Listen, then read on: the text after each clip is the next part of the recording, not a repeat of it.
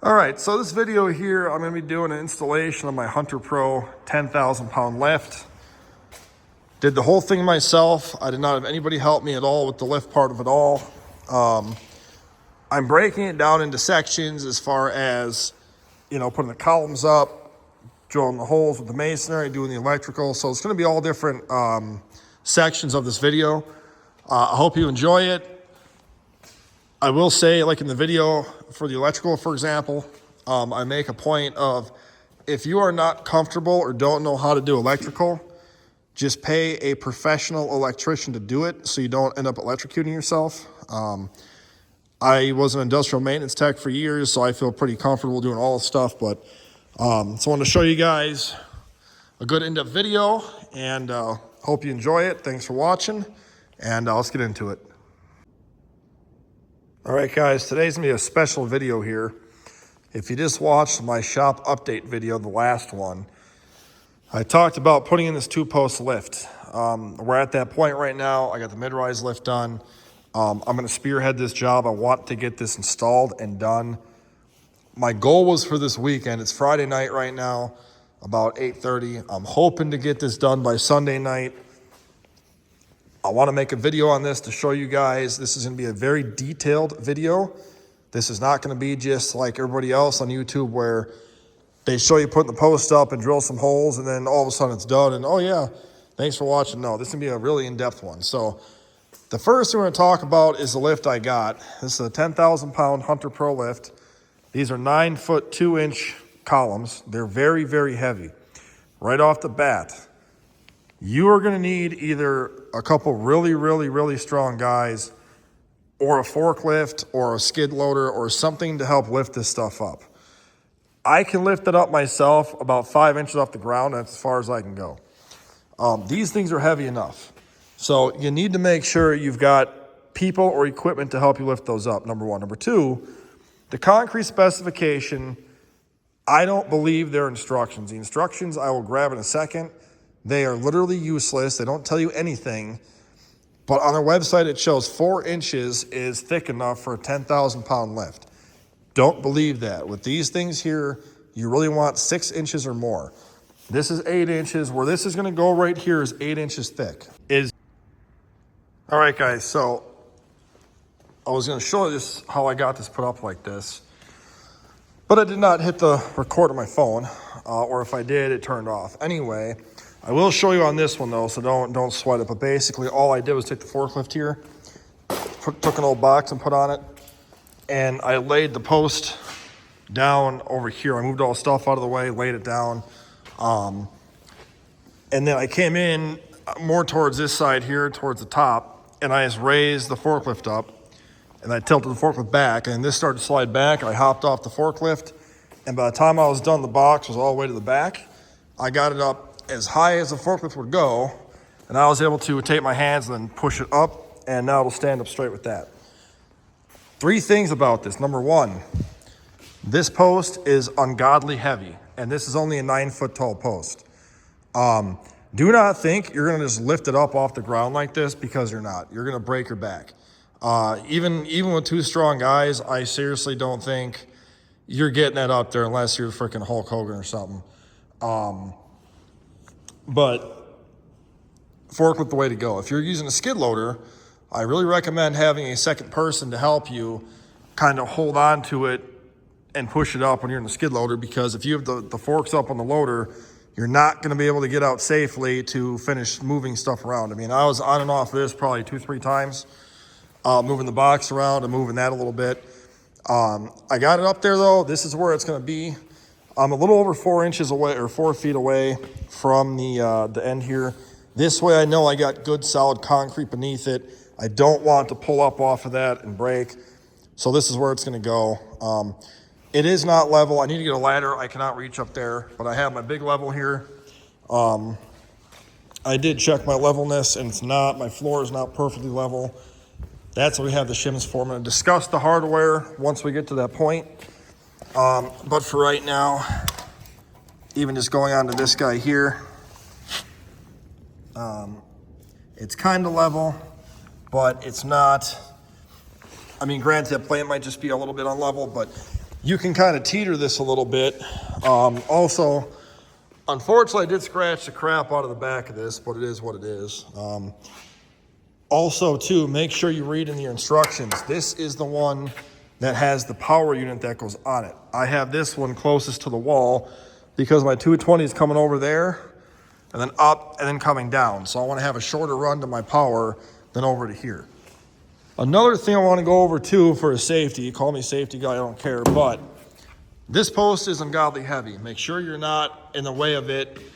If it starts to fall on you, get out of the way. Don't try to save it and hold it. Just let it fall. Also move everything out of the way, that diameter, so if it does fall, it's not gonna hit your car, a toolbox, you, or whatever else. I gotta move that out of the way yet too, but that's not really a huge deal. It's a free saw I got, so whatever, but I wanted to make sure it's at least, away, so if it does fall over for some reason, it doesn't hit anything. The next post, I have to move these cars out of the way to put up here because obviously they'll be in the way. The piece that goes on, next, what I want to do is this guy here sits in between those two posts. So before I drill any holes, what I want to do is get this post up, get that piece in between them. That piece right there is going to end up sitting in between this guy right here. That's 109.5 inches across. That's how you know how far to put your lift apart, is with this piece here. It's gonna sit upside down and all your hoses and wires run into that, and your cables. Not quite sure on that one yet. And then this piece here goes over that piece, and this is what you drive on. This is a little bit narrower than what that piece is, which is kind of weird, but it is. Also too, this thing is heavy as crap too, man. That's not easy to move. But as you can tell, I gotta move these two cars out of the way, the toolbox, the forklift, and the engine here. And then I get that post put up and go from there. So I will go and move this stuff, and we'll get back and I'll show you guys how I get this post up, and we'll go from there. All right, guys, so here's what we're doing right now. This is my marking to have in between that. Got the forklift over here. I ended up not moving this, even though I should have, but I'm gonna lift this up, and then it should be perfect. So I'm gonna set you guys over here to watch. Hopefully this works.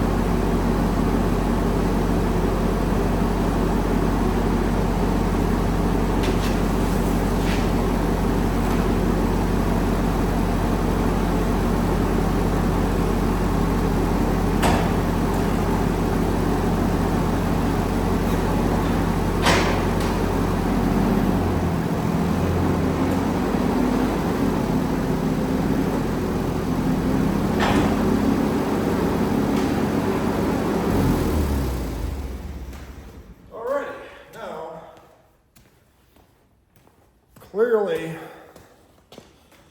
this is not exactly straight, which is fine. If you look at this, you can clearly see these are offset, at least I can tell. But that's okay because we gotta get a final measurement anyway. But at least now we got the posts up. So what we gotta do now, grab that piece right there, and that's gotta lay in between these guys, in between this here, across. I'm gonna sweep this back up really good. and should work out pretty good. And then you can really gently move these. It's actually not horrible to move.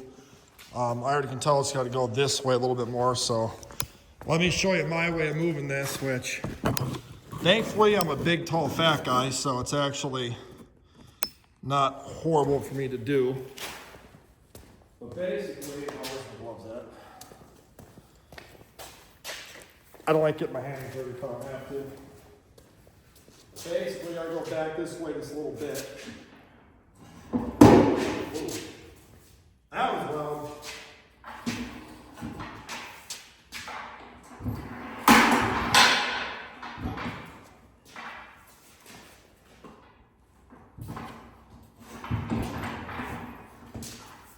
Better. That's a little better. Like I said, I gotta do the final measurement here. But it seems like it's in the vicinity, at least, of where it needs to be. So it is progress. I guess my idea is gonna be, I'm gonna grab that piece here, lay it underneath this. I do want to take a measurement because I know the back wall is pretty square. I'm going to take a measurement from there. I mean, I know my line here is not perfectly square. I should just run a line off that to over here, but you want to make sure that the end here is straight, not cocked on either one of these. So I'm going to do some more measuring here. I'll show you guys what I do, and then we'll keep going at it, but at least for now, we got the post up, which is good. So I'm really happy about that. We're making progress here. So yeah, we'll keep going on her and keep going. Alrighty, so I got this in. Literally was not worth recording. I literally just slid it in an angle like this into this one because I know for a fact this post is where it needs to be at, okay? This one here, as you can tell, originally started off here, and now it's already just kind of wiggle it back and forth like I showed you guys, to where this plate now is nice and tight in there, which is good. So now we're going to start these cables, which I believe they got to go out through the bottom here, because if you look on both sides, there's a pulley. Oh, you really can't see. There's a pulley down here. I believe what this has to do is come out and go up over to here, go around the pulley right there and up, and then bolt in here like this one does here. And then same for the one on this side, should go down and then up into there. I'm not entirely sure about these guys. I gotta get the instructions out and double check that and go from there. I'm not drilling the holes yet. We're not gonna do any drilling until the whole thing is basically finally assembled, and then we can measure out exactly how it is and make sure it's not crooked or anything. By eyeball, it looks pretty straight. If I'm being honest, looks pretty good. I don't trust my eyes, obviously, nobody should. So I'm going to still measure the heck out of it about 50 million times, but I want to at least get all the wiring or all the cables ran. I also got the power unit unraveled. This is what she looks like here. Gonna be a hardwired 220. Not really a fan of all the rust it already has, but I guess it is what it is. There's the information on the motor, which, there you go. So, I will admit, a little chintzy on this, but I guess whatever. So, also that is gonna end up mounting, I believe on this guy is where it mounts, if I'm not mistaken. So, we'll mount that up last.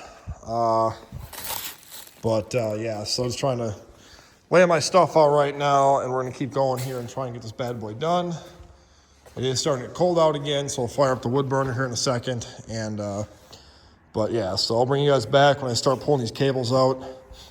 I got to go to work here soon, so I want to show we're getting there finally.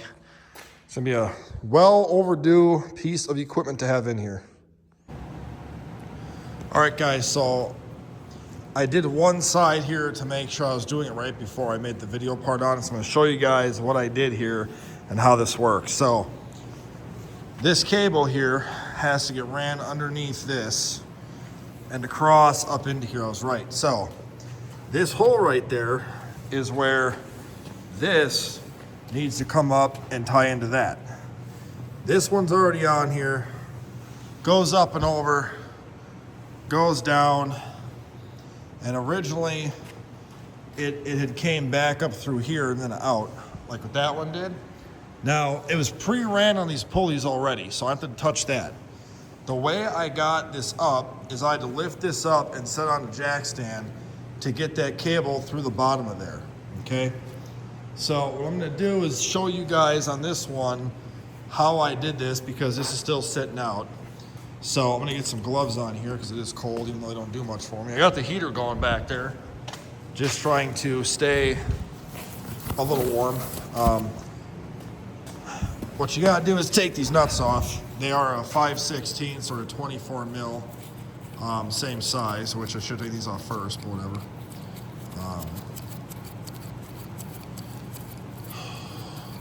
Sorry, I should have taken these off before I did this, but let me do it like this quick. All right, so nuts are off. So I'm gonna try here and go like this, to where hopefully you guys can kind of see here what I'm gonna do. Okay, let me. All right, so basically, all you want to do is man this thing up. I may have to put a lock too. I think.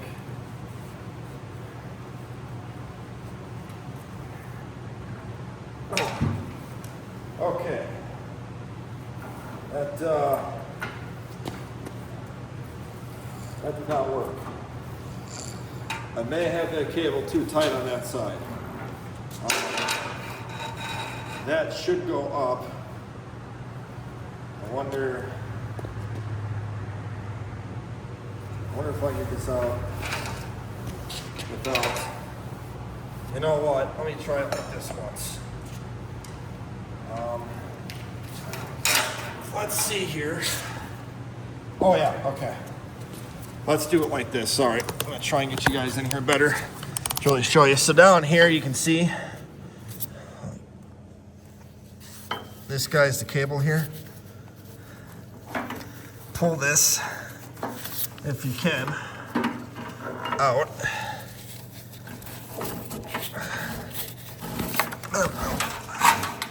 All right, we're just gonna keep pulling this cable. And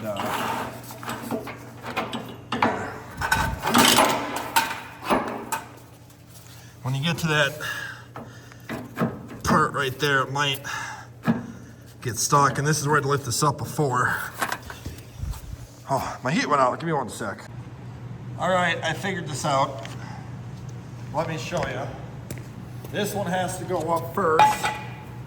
Then the other one can go up.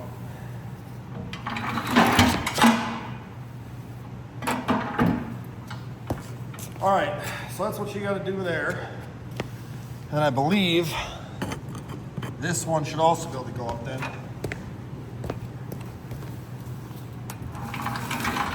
Yep. Okay. So yes, I have door one tight now to the point where it's hard to do. But anyway, you get this through the bottom of that, right down the track. And now this is the really important part. Number one, make sure you have a jack stand to support this. This thing is a few hundred pounds, it's heavy. When you come into here, you got to go through this pulley. If you look at this,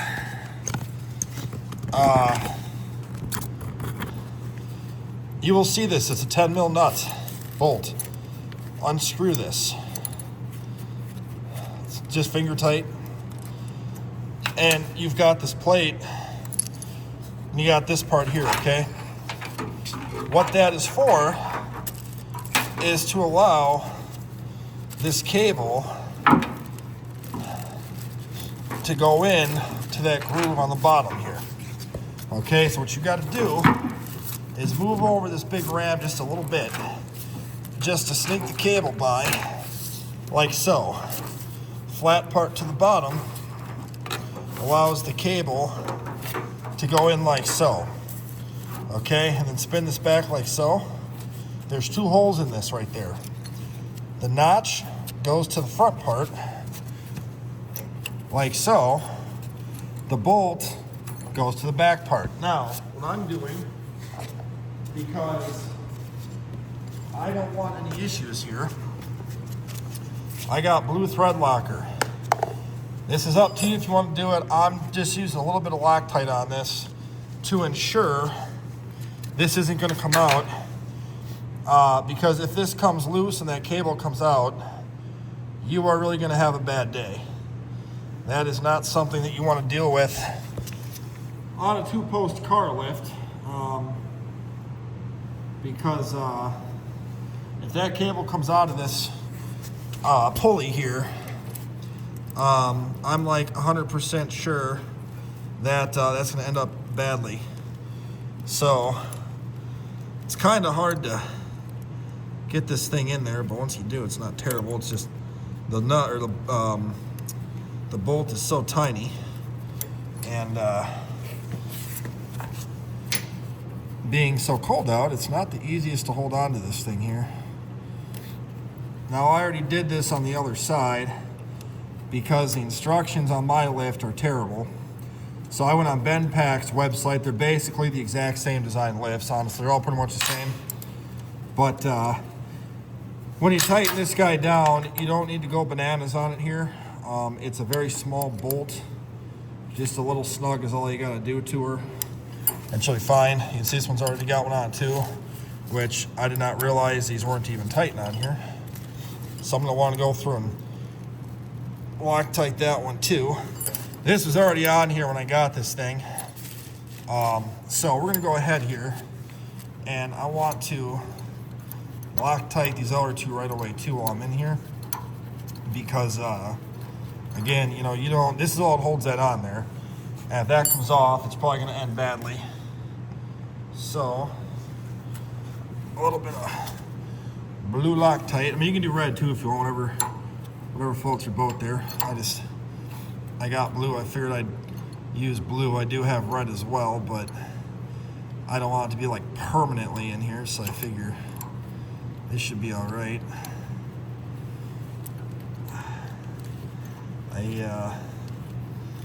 The reason this video is so long is I wanted to make this like completely in-depth of like every little step, because when I was watching all the YouTube videos on lifts and stuff, even the bigger channels, honestly, they didn't go over stuff like this. They just said, okay, yeah, drill some holes, do a little bit of this, a little bit of that, and you're done. And it's like, well, you know, how about showing the little stuff like this so, you know, a guy knows what he's doing here.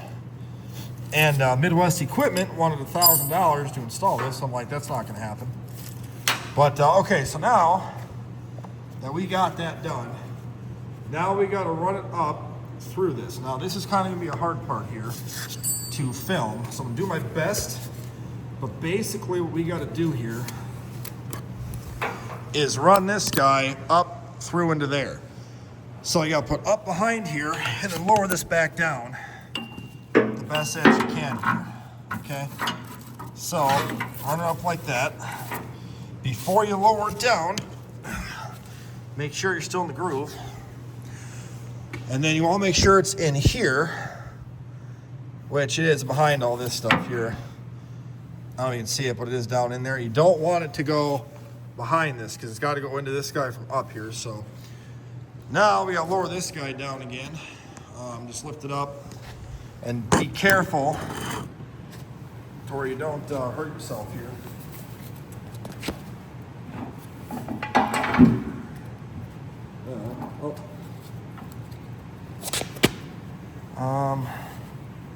Yeah. So we're on the lock here. There we go.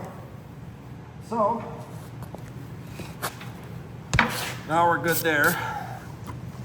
And you can tell, here's our pole, What I did do is on the other one over here, I had ran anti-seize on that because I don't want that, because you have to adjust this again.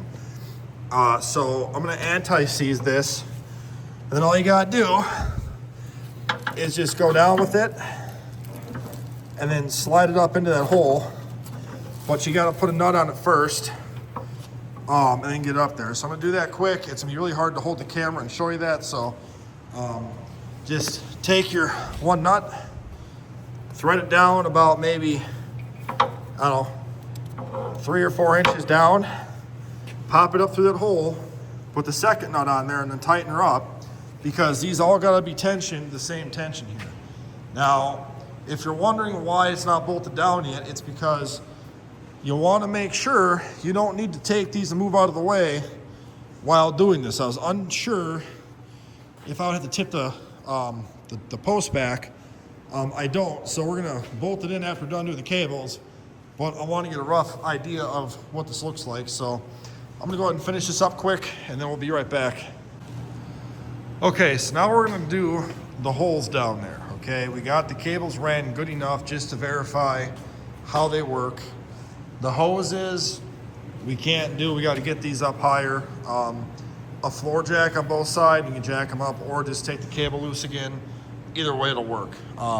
Don't worry about for that for right now. Right now we gotta figure out our whole situation. Get a level. If you look at mine,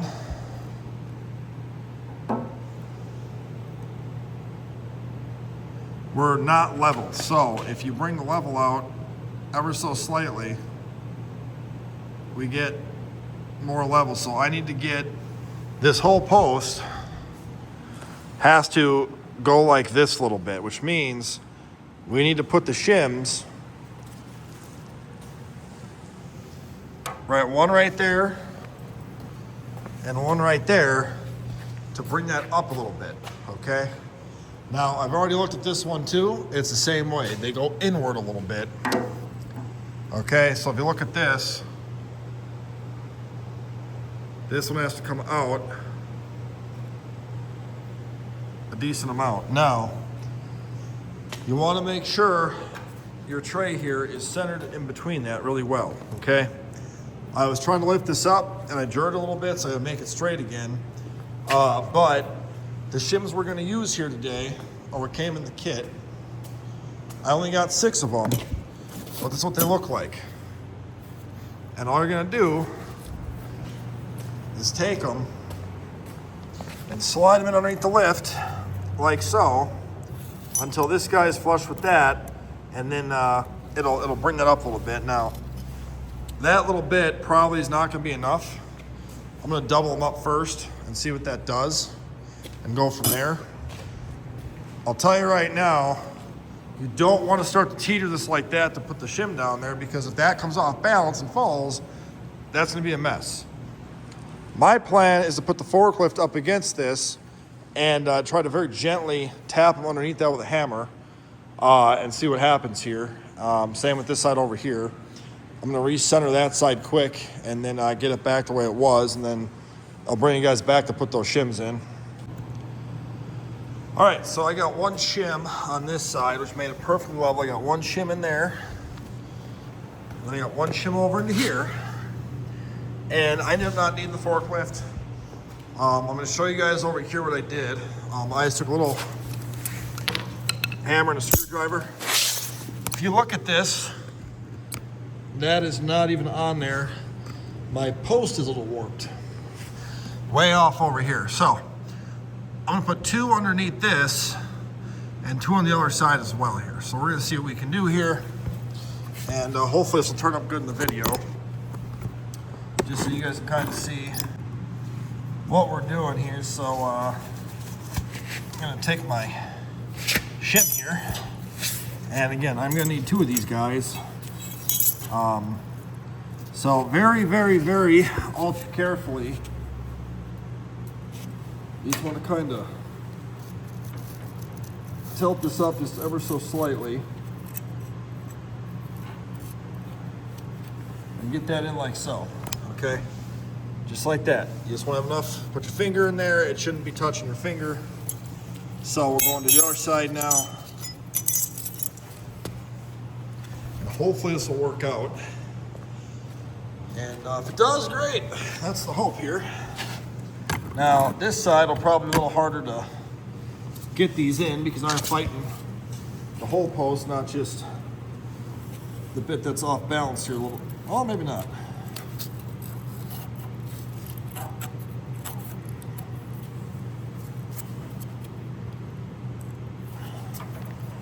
Actually, look pretty good.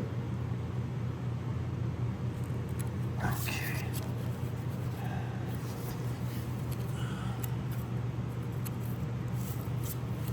Alrighty, that looks good to me. And I got those shims in there pretty good. Now that's my last of my shims, so if this does not work, I'll have to get more shims. But I'm really hoping it does. Look at that. That's pretty daggum close there, guys. I like that. That's damn level. Double check your sides and make sure you're level on the sides. Sticker is a little bit out, but it should be good enough here. Stickers on that, so we'll call that good. And yeah, so that's good. We got her leveled out. And then, like I say, we will. This I couldn't get perfect up top. It's a little more off than I like, but it's what we got. It's what we got. We don't have any more shims left, so. But we'll call it level, which is fantastic. Now we're going to go over the mounting hardware for this. Well, I guess I'll do it right now, actually. So this is something else nobody ever discussed. Okay, so now we're going to discuss the kind of hammer drill you need to drill a hole that size, okay? I have a whole bunch of different hammer drills here. These are all hammer drills, all different styles. Let me explain to you the no's to the yeses, okay? First of all, Milwaukee M12. You can see it's got the hammer drill function. Hammer drill function is little hammer guy right there. This is not going to work at all for doing that. Period, end of story. Don't think it will. It's not going to. I don't care what you have to say. That is not the correct hammer drill to do this job. If you have small tap cons or something, it'd be fine for that. For drilling a 3/4 inch hole, 6 inches deep, no. Second one, compact Milwaukee hammer drill. Again, excellent drill. Nothing wrong with them at all. Use them tons of times. Also, not going to work for what you need. Again, don't argue. I'm telling you, it's not going to work. This is the bigger hammer drill. Also, fantastic tool. You can see the difference here in size, okay? Not going to work for doing that. This is even bigger. Hammer drill. Hammer drill function. Excellent, excellent tool. Cheap at Menards. Used it a million times. Love it. Not going to work for doing floor holes like this at all. Again, I don't care what you think. It's not going to work. If you don't believe me, try them. When you don't get the job done right, then you can thank me. This is the proper hammer drill. This is a legitimate hammer drill. Okay. This has the jackhammer function on it as well, which we don't need for this job. But this big bastard is a legitimate hammer drill for drilling in real holes. This is what a real hammer drill bit looks like for doing concrete and going into rebar. Now, this is not the one we're using. It's not a 3/4. It's just the example. We can see there is no way that's going to fit in there. Yes, you can buy hammer drill bits for that, but nothing that's going to be like this, okay? So this is what we got to use. This thing here is a pretty serious piece of machinery. If it'll focus here. But I don't actually own this. My buddy Tim let me borrow it, so thank you, Tim, for this. I use this for drilling holes in the concrete slabs for rebar. This is the correct one to use. Milwaukee does make one of these guys in a compact battery operation form, which is just fine too. It does not have to be a plug-in one with the huge motor. It just can't be one of these. Milwaukee's got a bunch of different ones. I love Milwaukee tools. Nothing bad about them. But you need something like this, an actual rotary style SDS hammer drill that uses bits like this, okay? when we go to drill in there, we know we want to get only 6 inches, or what was this, 5 and something on here. But basically what you want to do here, lay this out next to what you're drilling in here, okay? You want to wrap tape around the end here. Now, we know for a fact we don't want to go in this deep. So, you put it about like, I would say about like yay so right there. We'll put tape around right here so we know, we'll tape it right like this. So we know when we hit that tape, that's all the depth we want to have for every single hole, and that's it. Because if you dig them too deep, like I say, you don't want to go into your insulation or gravel, and you also don't want to pierce your vapor barrier and have water fill up the hole. When it rains and stuff and you get snow out there, you don't want this to be sitting in water in the ground. Obviously, in your shop, you're going to have water getting in there as far as from cars and snow and rain. I'm not saying you're not, but you don't want to be in water all the time because you went into the ground and it's wet underneath there. So that's how you do that. Side note on this guy, they are very expensive and very heavy. If you don't have one, borrow it from a friend. If they don't have one, plenty of places rent these. Home Depot, I believe, does. I think Menards might. There is a place in Sheboygan, Wisconsin called Quash's Equipment Rental that rents these out for like 30 bucks for 4 hours, okay?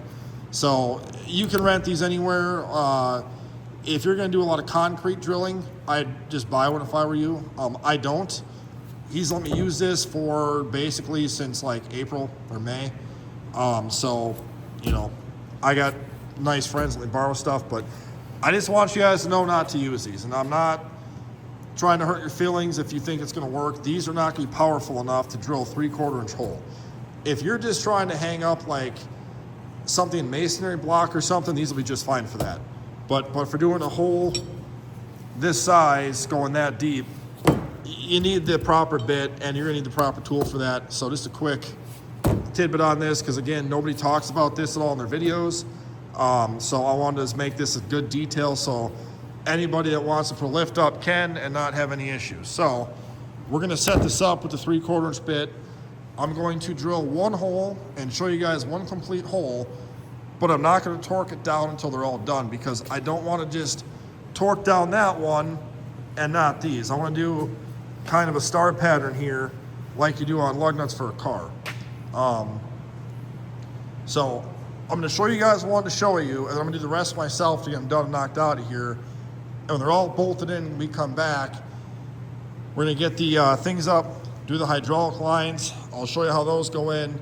Then we gotta mount the power unit on here, and we'll keep going on that, and we'll get this thing done. All right, guys, so we're to the point of this video now of your installation hardware for down here. Now, as you can tell, I've already got some of mine put in here. The reason why I didn't record this whole thing is I just want to show you guys how to do one hole, and then they're all the exact same. Only thing I will tell you is when you do the inside holes here, these got to be up out of the way. Well, I already had these adjusted. I don't want to take them back off. If you just take a floor jack and jack up on one of these carefully and lift up to the locks, you can get the drill to clear on this. So just that's a quick tip here. If you've already got these, if not, you can simply undo this and then just lift one up at a time. Either way is fine.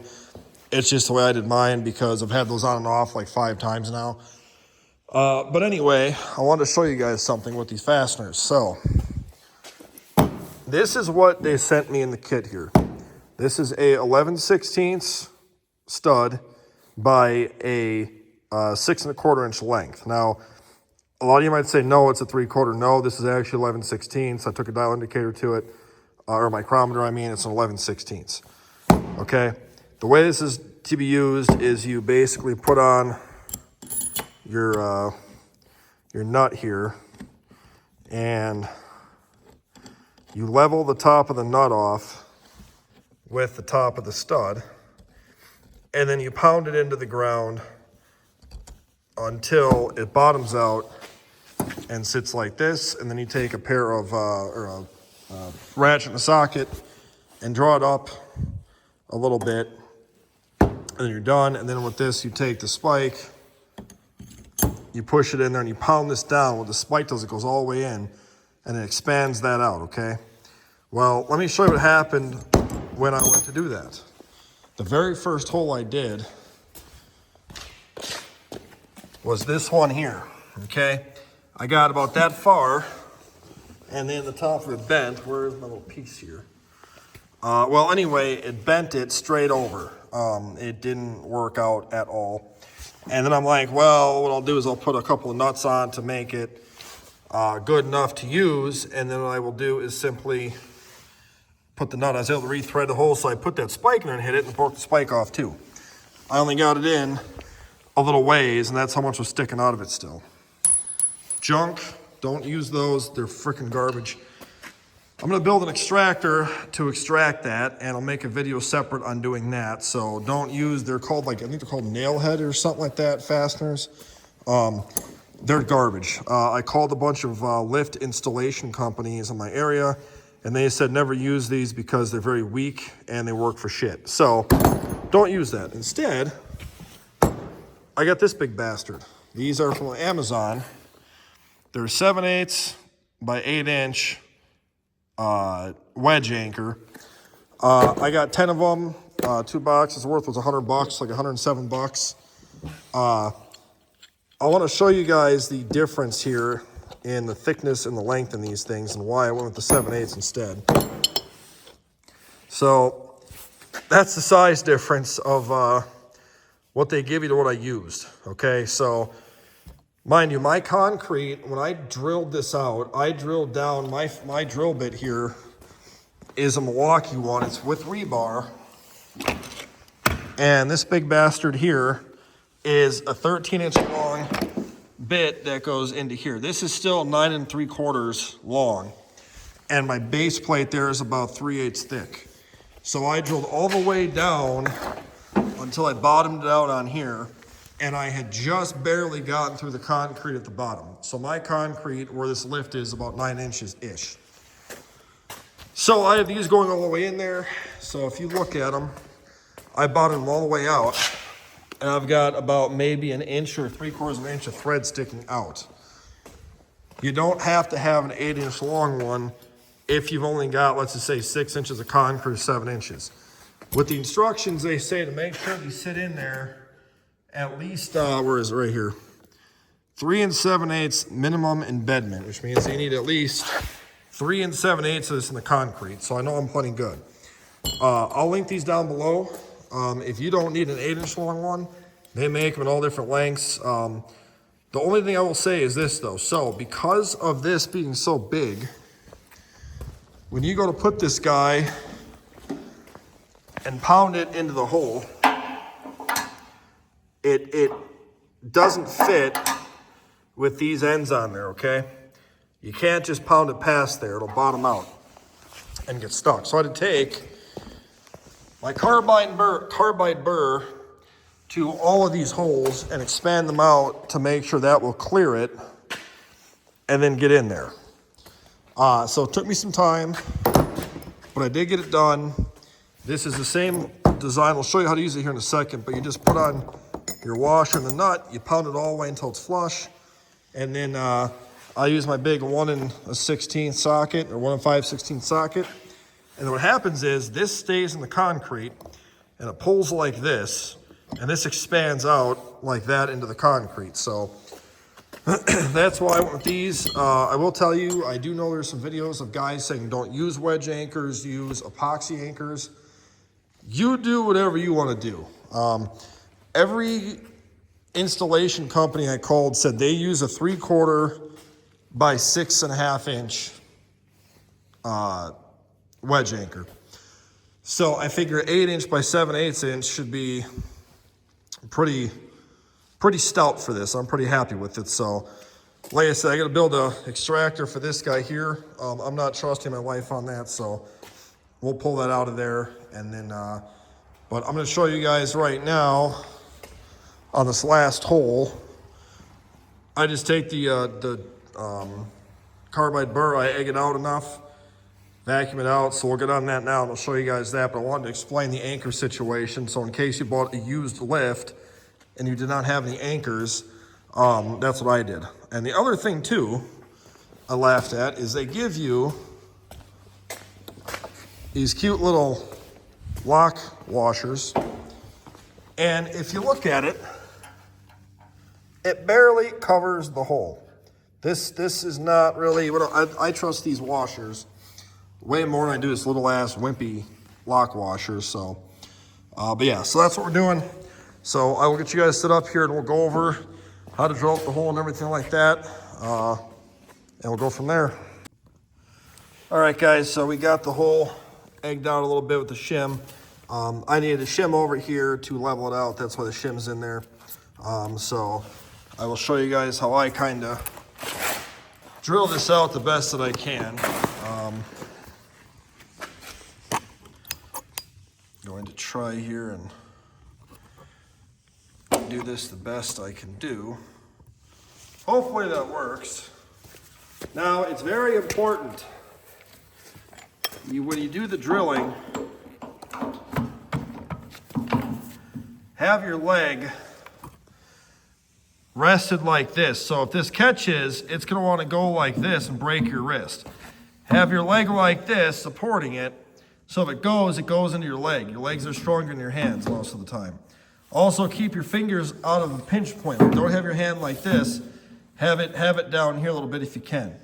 You want to do this so you don't hurt yourself here, okay? So we're going to try here and hopefully make this work. I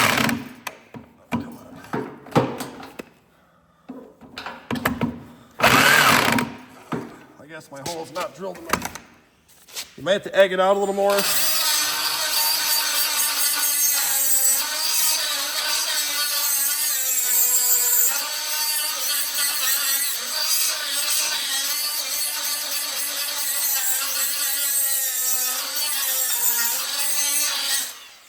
And see if that works.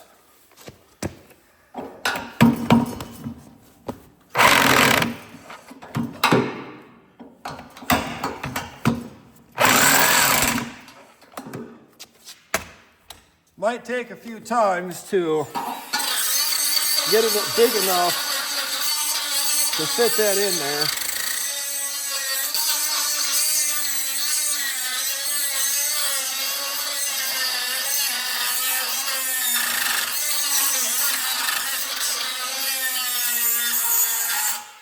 All right, try that now.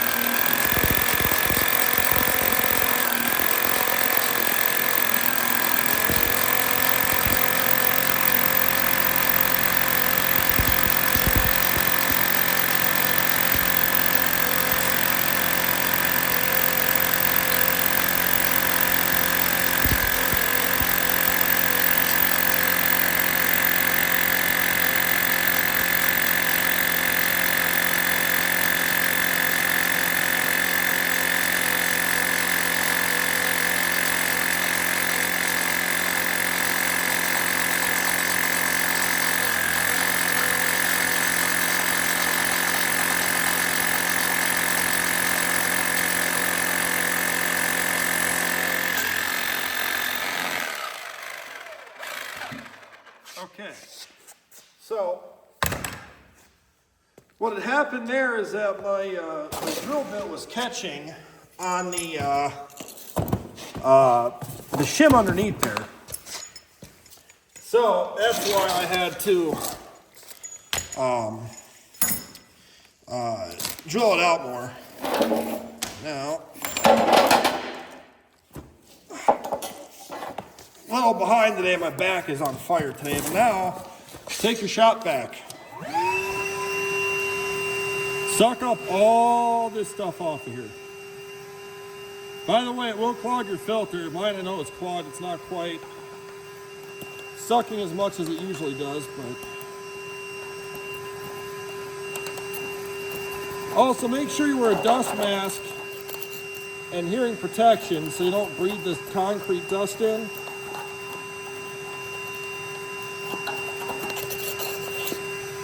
And you want to take your compressed air, very gingerly blow this stuff out of here.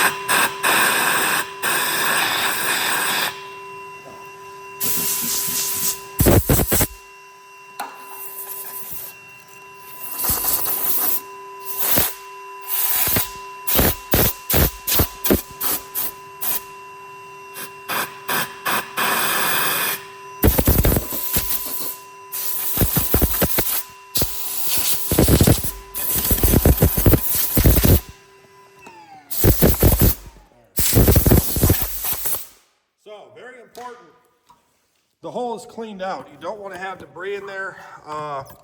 You can take a wire brush and shove in there as well. But you want to make sure it's cleaned out the best that you can. Now my shim here, I want to just kind of, there we go. Put in like so. Now, when you go to put this guy in there, these three things I'll make sure. So I got to egg this out a little bit more. It's not quite going to fit. So I got to get the Dremel or whatever this guy in here and keep going. I'm going to do that and then bring you guys back. All right, now the hole is egged out enough. Well, I shouldn't say egged out, but it's drilled out enough now to put this guy into there. So you're going to put it like so. And then you want to take your sledgehammer that I don't have on me. Oh, man. Alrighty. Sledgehammer. You want to beat this guy up into there.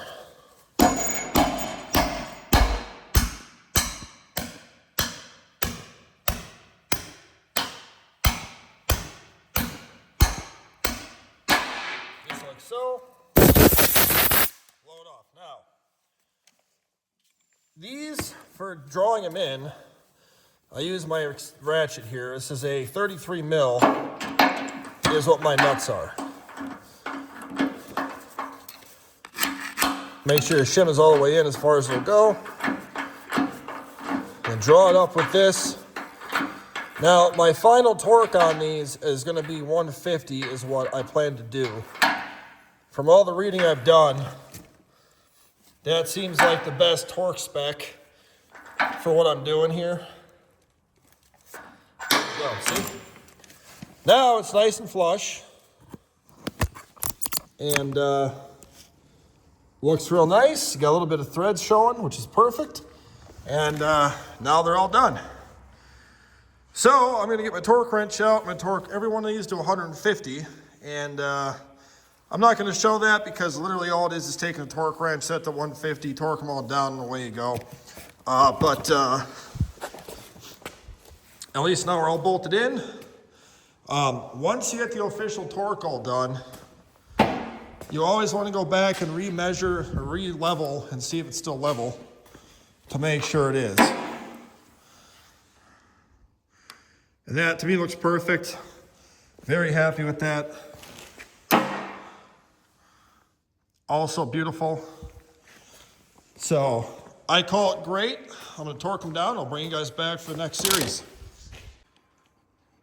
All right, guys. So now we're going to go on to the power unit here.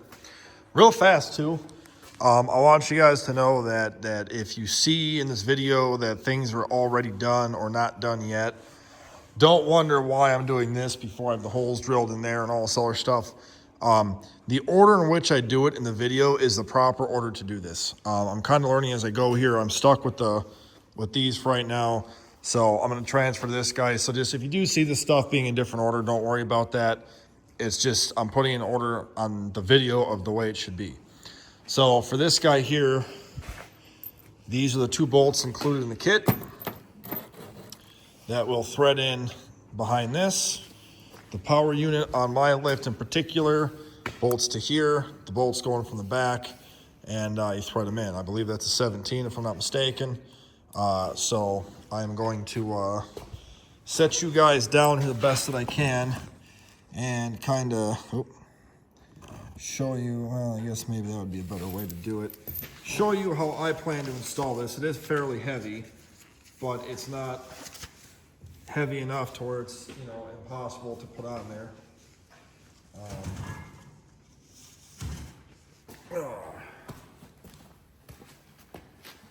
I'm kind of just gonna hug it. Put the bolts in, one bolt in from the back first, and try to finger thread it into there here the best that I can, I guess. Which, oh, it's really not easy to do here. Trying to hold this thing and do this probably is easier with a friend, because these bolts are not the easiest to get started here. I'll tell you, if you got big hands like I do, this is not going to work out well for you.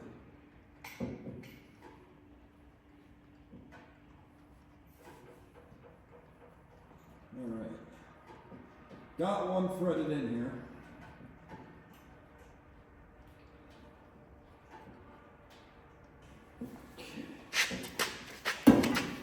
So we got one on there, in there, whatever you want to say.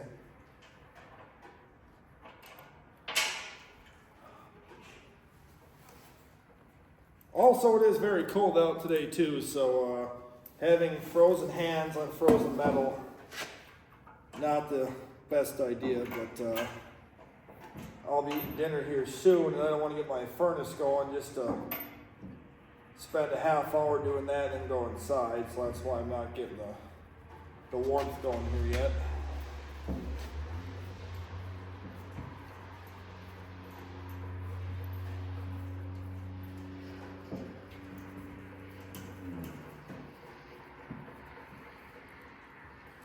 Okay.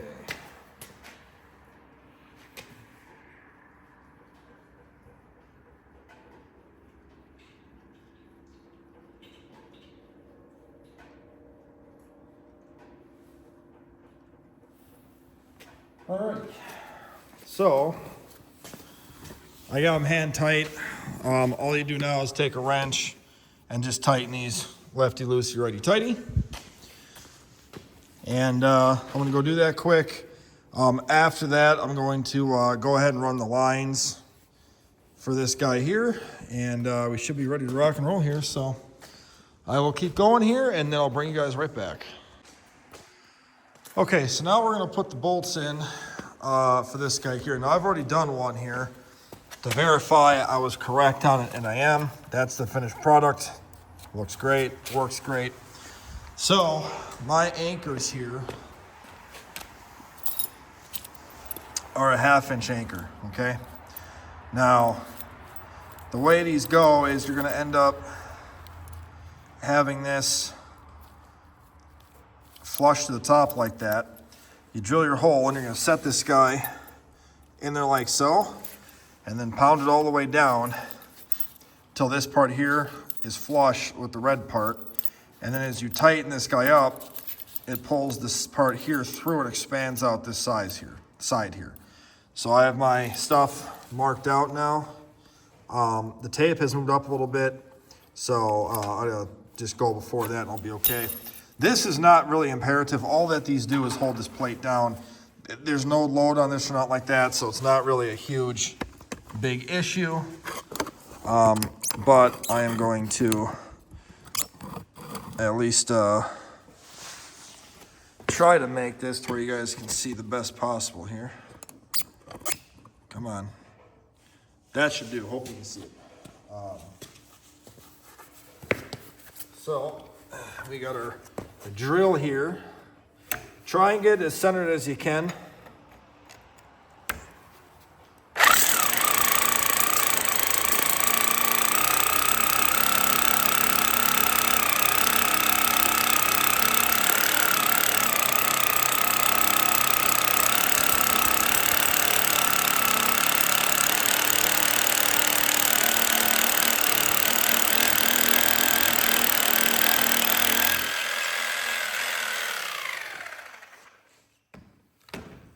All right, so that is how I drill it out. Now what I do, make sure you got a shop vac here, okay? Take it.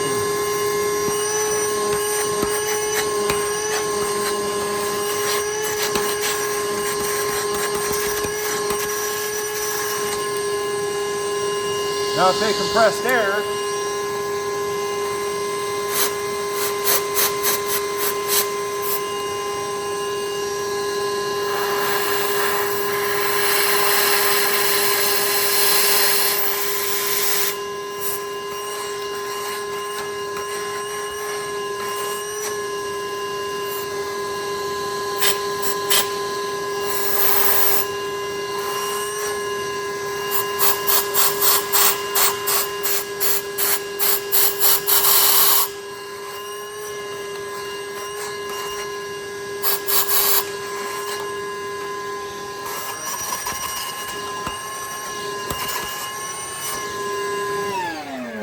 All right, so you want to make sure your hole is cleaned out. Compressed air, wear a mask and safety glasses.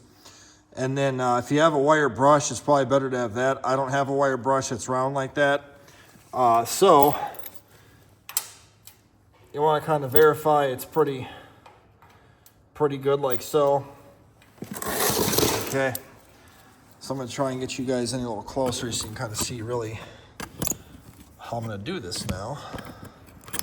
Hoping it'll kind of. All right, so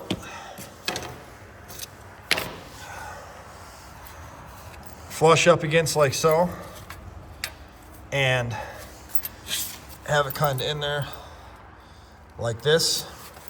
Now I'm using a small hammer first to go like that, okay? And then I take the bigger hammer. Now it looks like it's cocked on the video. It's not.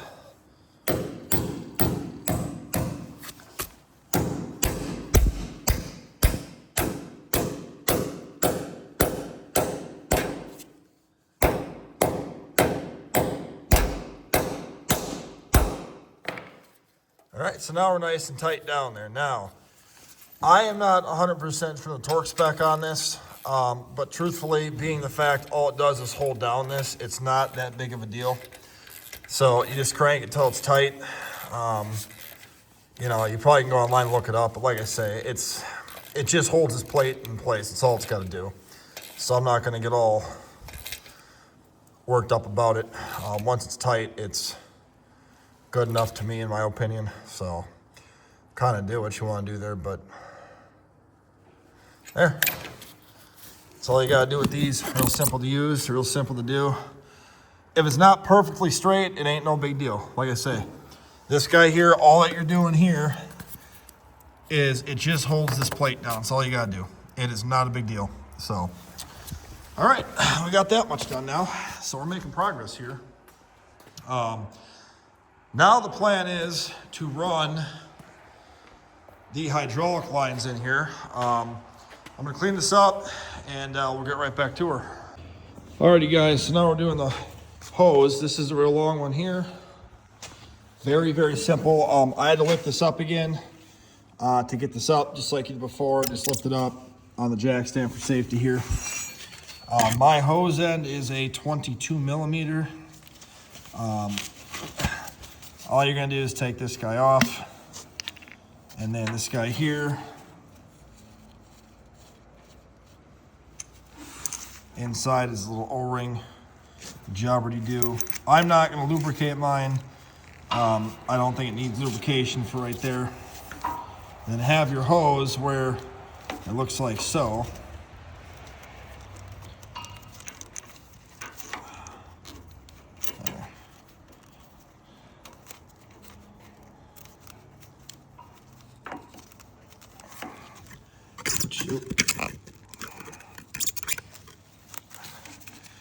Yeah, so you just want this to be down like that.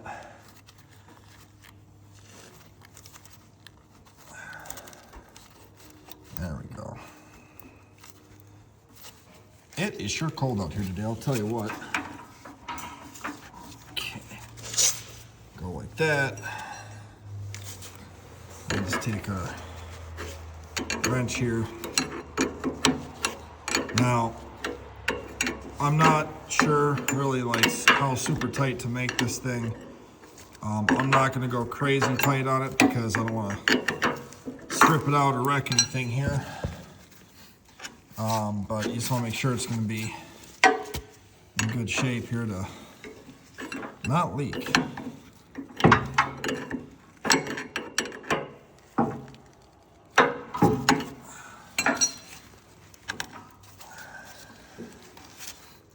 May have to try to hold this guy the best that you can here so don't move. You know what I actually need to do is turn it like this. And the final tightening, it'll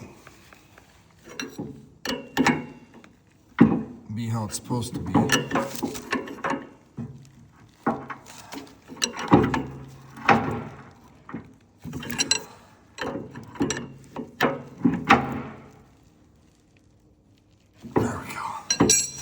So that's pretty nice and tight. If you look at this, I've kind of got where the angled piece right there goes down and up. I believe you put it in this track here with zip ties to hold it. It is contacting that, but there's no vibration on this. I'll run over like that. And then do this side here. Same principle. I am going to save you guys some viewing time here, get that lowered down, get that part raised, and I'll bring you guys right back. Okay, so we obviously got that on there, tightened down. Now I had zip tied these, this hose onto here, and I went ahead and did the other side. Exact same way, same size, same everything as the other side I showed you. I didn't feel the need to waste your time showing you how to zip tie something up. Has a post, a zip tie, you're done. Tighten that down. I got that up on the lock. I'm gonna lower that down now. And now we're gonna do the hydraulic line over here. That goes onto this guy right there. And it's gonna come down through where these holes are, underneath into there. So I'm gonna move this guy down quick. I'll get right back to that. Okay, so here we have the other hose here. This here's gonna be your fitting.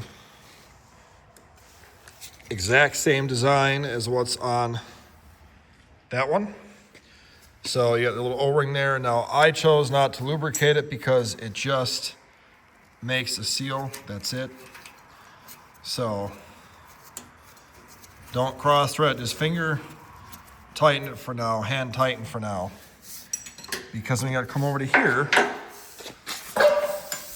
and then same thing down here. Then you gotta take out these stupid things here, which I need 2 hands for. Give me 1 second here, guys. Okay, and then same thing there. You're gonna take this guy and then just hand thread it on there for now. And then I'm gonna show you why you just hand thread it. Come on. Hard to do with one hand. All right, I need both my hands for this. I'll be right back. Alrighty, so I got this tightened down. The reason it wouldn't go on is this is too low. I'd use a flathead and pry up on this a little bit to raise it up because this was hitting the bottom of this guy here. So just take a flathead, lift it up a little bit, hand tighten it there. I've snugged it up, and you want to make sure you have it ran so it goes in between these holes here if your lift has this. And then have it going like this. I tighten this up too because this guy right here is going to be your cover for this guy here, okay? Now, this is really straightforward. You have 4 holes on here and 4 holes there. And then the hardware they sent me is just little Phillips screws, okay? I'm not gonna show this part simply because literally all I'm going to do, line up the holes with the holes and then screw in 4 screws and cover it up so it ends up looking like that. If you can't figure that out, then this is not the job for you to do. So I'm gonna get that done quick, and then we'll go back and start to tension all the stuff up and keep on keeping on. All right, so this should be your final product here. Just quick note, I had to re-loosen this up and turn this. I really don't like how much tension there is on that, angled out, but it is what it is. Phillips screws, looks good. Ignore that, don't worry about that, what's coming out.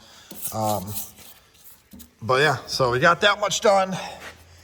Note about the fluid, I need to go back and find out what kind of fluid this takes because I'm not really sure. This is a drain. I'm gonna double check to make sure it's tight because if that leaks out, it's gonna suck. Tighten this down, just double check all your connections, make sure they're all tight. So now what I'm gonna do is start to tension these guys up, and we will keep on trucking. Okay, so I put the plate on, and I didn't show it to you guys because literally it just slides over this. It literally, the only thing I had to do was lift up on this to clear down below there.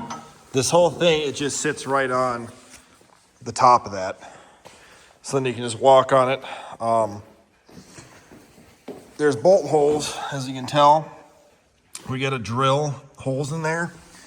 And for that, we use the other 4 concrete anchors right here. So we got to drill some holes there.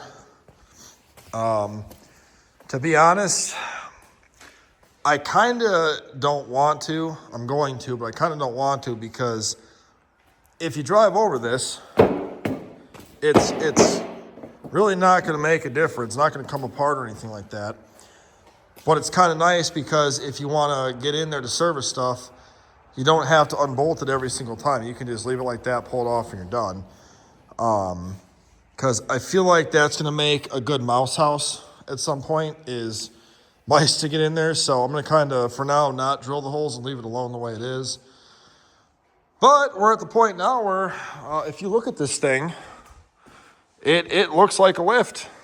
I got to still do the holes down here yet and drill the holes in for this. And then do the electricity here. But it's coming together here wonderfully. As far as tensioning, these guys are obviously not tensioned. I have to wait to get that wired in and plumbed in fluid in here to get it perfect. But you do want to get in here and run that nut down and then run this down to pull this up. As you pull that up, it'll tension that cable. And then as you do this one and tension this one up, it'll do this cable. And you want these to be pretty tight. I'm not doing mine yet because I gotta still get my holes drilled in here and go ahead and do all that stuff. So, and again, I'll explain at the beginning of the video why I did it this way.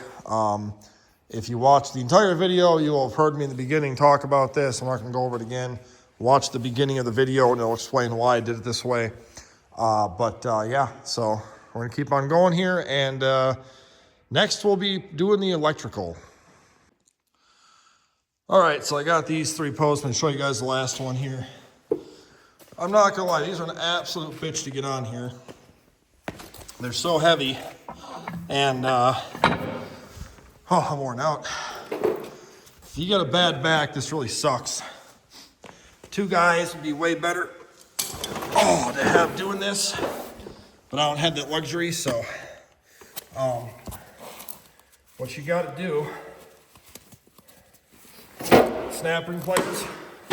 Now I got a creeper for laying down on to make this a little bit easier, but you got a snap ring right here that you got to take off. If I was smart, I'd grab the bigger snap ring pliers, but so you got your snap ring right here. Okay.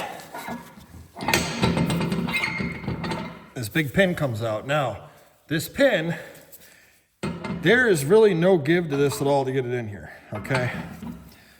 And this prick here is so fucking heavy, it is an absolute prick getting this in because these stupid locks, you gotta try and hold this up while you push it in all the way and then put the pin in.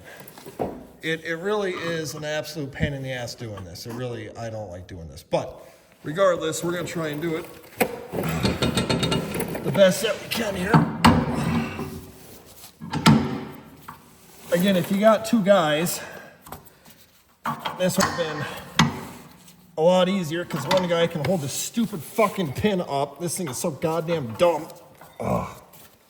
And you gotta try and hold this up and then align this whole shit, which is a real pain in the dick. Because trying to hold up a piece of machined round stock like this is damn near impossible. Especially when there's so much tension here.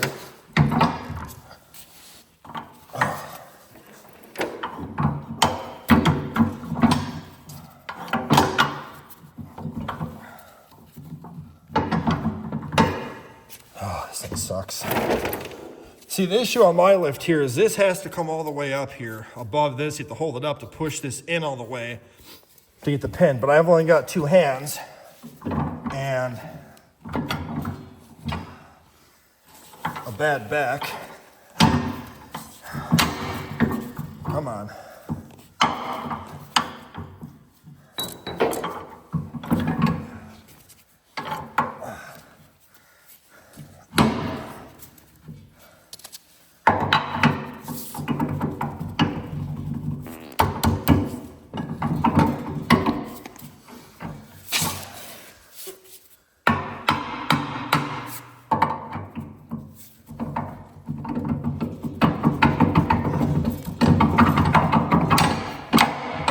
Okay.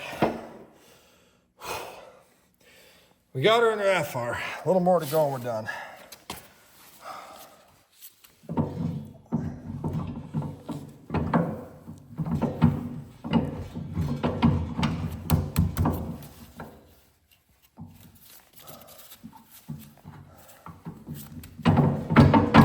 There we go. Oh, I'm worn out now. Oh. Alrighty. So,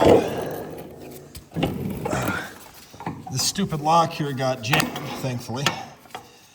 Oh man. That lock is designed to go like this. Absolute pain to do when you're by yourself. And then you take your snap ring pliers here, and your snap ring, and you put it underneath it like so.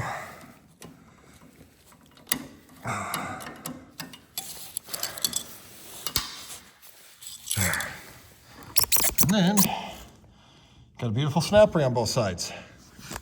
Then to adjust this thing, if you want to unlock it, you pull this up, unlocks the teeth, and you can swivel it in and it locks. This way your arms don't come out when the car is on the lift.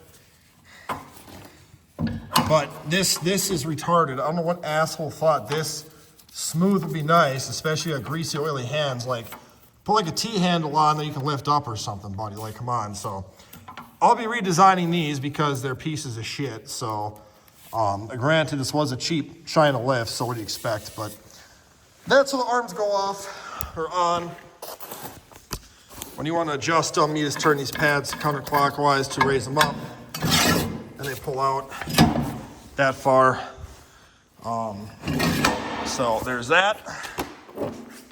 Oh man, getting old. So now we're getting some real progress done here. Yes, I'm out of breath.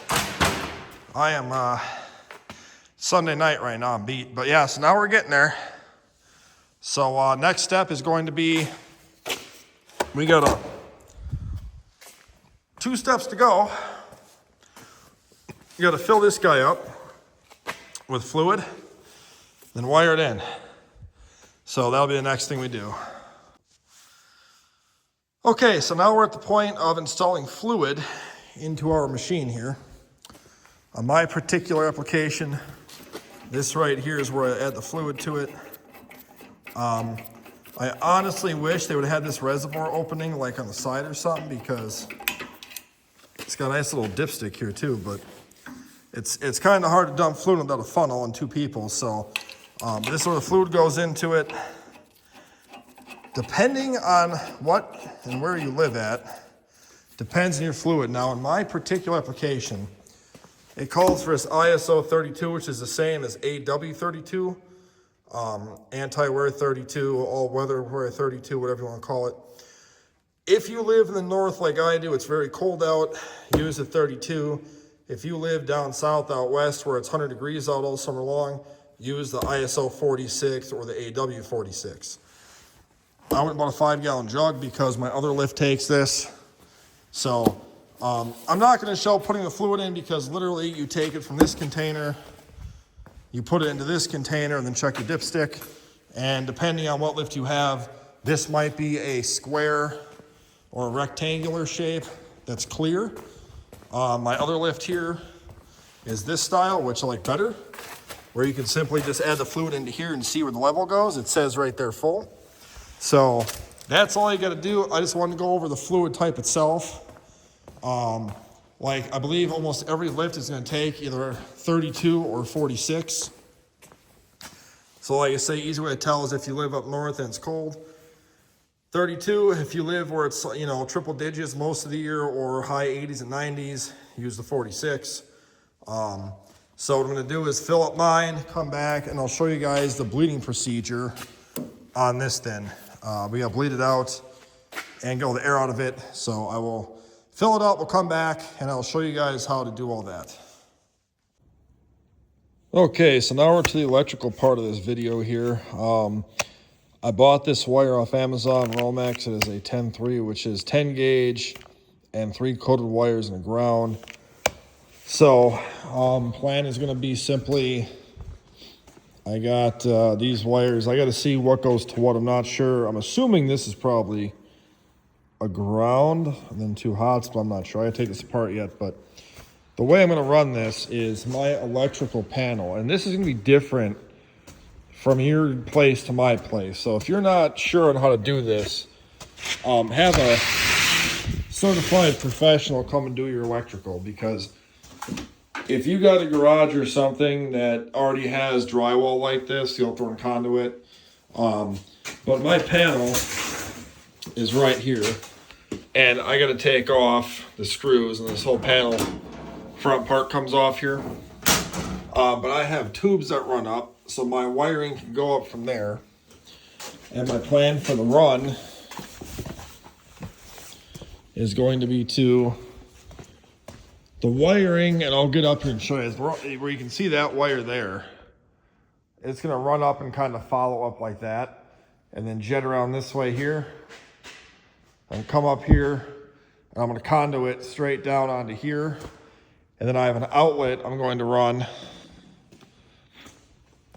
probably right here to where I can have my welder over here and plug into a 220, and then tap into this for the 220 as well. And I can simply just have a 220 for the welder if I need to, and then I'll also have for the power for this. But now let's just say you have a finished garage or shop and you have walls up. You'll have to run conduit the entire way over the front face of your wall, unless you want to tear your walls off. So I'm going to show you guys how to basically wire it in. I'll show you how I did mine, but it's going to be different than yours. Unless your pole building is basically identical to this, it's not really going to apply to you. But we're going to start getting this done. I'm gonna start setting wiring up and stuff like that. And I'm not gonna show the whole wiring installation. I'm just gonna show you guys the bullet points, because all you're gonna see is me up there running wire and then using those white things to hold the wires down. So I'm gonna knock this out as fast as I can here, and then I'll get back and show you guys how to do the conduit and wire this stuff in and do the box and all that kind of stuff. All right, guys, so here's what I've kind of ran so far, and don't think this looks like crap. It's a rough run here. So what I did, because I want to get in this with conduit, basically I'm gonna show it to you like this.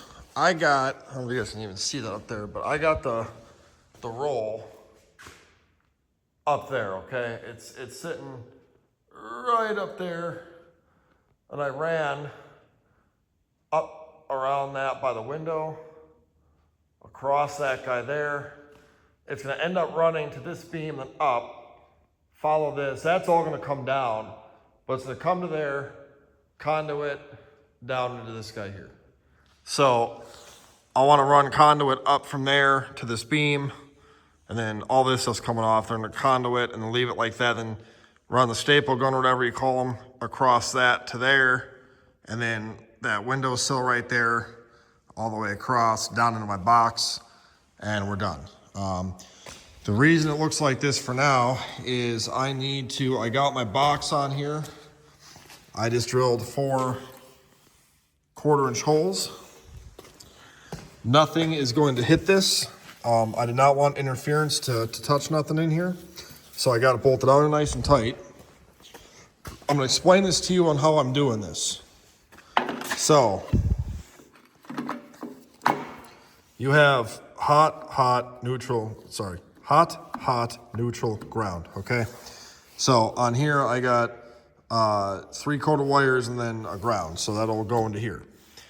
I'm gonna put a conduit T here, or an L, well, yeah, I guess it'd still be a T, to have that wire come into this and power this up, and then it's gonna come out another piece of conduit and kind of down into this guy here to run this guy, okay? And then up that way. And so what I have for this guy here is, I made this years ago. My welder actually uses, well, let me show you here. So I have this plug here that's gonna plug in like so. Okay, like this. Now down here, it goes to this style plug where it's just got the 2 hots and then the neutral, or the 2 hots and the ground. And then it's my welder is like, and my air compressor. So this here, in reality, I did not actually need 3/4 wires. I found out actually that green, yellow is a ground and 2 hots. So I didn't actually need this. I could have gotten away with cheaper, thinner wire, but it is what it is. Don't really care. But this is kind of my setup here. So this one I'm gonna weld. I can plug my welder in, and then I can wheel it over to the car, weld, and be done. And then if I need to plug something else in here, I can without any issue. Come on. So that's what I'm doing with that. Okay, now, as far as this motor goes, sorry, let me just put that back there. As far as the motor goes, I had to pull my motor apart, this box, because in the instructions it did not tell me what was what. Now, I assumed these were hot and this was a ground or a neutral. Obviously green, yellow, ground. I kind of figured that. This just had a whole bunch of little Phillips screws in it, pulled off. This thing here, as you can see, it's got a little bracket right there.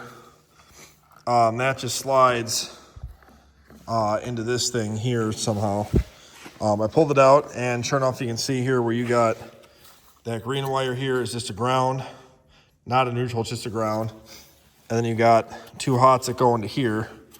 And if you look at this, you guys can see it really well, but it says 250 volts or 220 volts. So these, in fact, are 2 hots and the ground. So what I'm going to do is I'm going to wire this in from here to here, because obviously we're going from 4 wires down to 3. I am just going to have the neutral tap into this, and then just run without a neutral from here to here, run the ground to ground, power to power, and away we go here. So pretty simple setup here. This is the specs on my motor here, 220 volts, 20 amp. About the breaker here, I'm gonna go with a 25 amp breaker. I think. Hold on, which one do I have in here? Okay, never mind. I have a 30 amp. You don't want to go that high because it's gonna defeat the purpose. Well, I'm gonna end up buying probably a 25 amp breaker because, again, it doesn't tell me if this is a continuous 20 amp or if that's the initial amp draw. If that's continuous, when this first turns on to get running, it's gonna pull more than 20 amps. So I don't know if this is actually a 20 amp continuous or if it's just a surge 20 amps. So maybe if a guy out there knows what these tags are rated for, let me know, because, or let us know in the comments here, because I'm not an electrician, just for an FYI here. I'm just a guy who knows what I'm doing most of the time. But, you know, so I'm probably gonna run a 25 amp breaker with this, see how that works. If it blows, I'll put in the video so you guys know. But, so yeah, that's kind of where I'm at now. It is late at night, so right now I'm kind of stuck where I'm at. But I at least got the box mounted here, which I'm happy about. And then now I got to make up my little chart. I will need basically, I measured about 12 feet of conduit to go up and then shoot over a little bit, then up is about 12 feet-ish. I'll probably get, maybe a 10-foot section. And probably, well, I'll see what they have there. Maybe I get a 16-foot section too, because I need a piece to come off of this to come over to here is about maybe 1.5 feet, 1 3 inches or so. So I'm gonna do that too. But yeah, so this is my setup here. You know, I know my buddy said I should put a 110 next to it. To be honest with you, I got a 110 here. I can just literally pull this extension cord. That's 100 feet. That's got 3 of these right to there. So I'm not going to, but maybe on your lift you do. Maybe you want to be able to plug in a battery charger here. And if that's the case, if you want to put a 110 here, you can still tap into one of these hots to get your 110. So you could easily just pull one of the hot wires and tap into that with the neutral and ground for a 110 over to here if you wanted to. You know, like I say, I'm not going to waste my time because there's really no point, because I have an extension cord literally right there.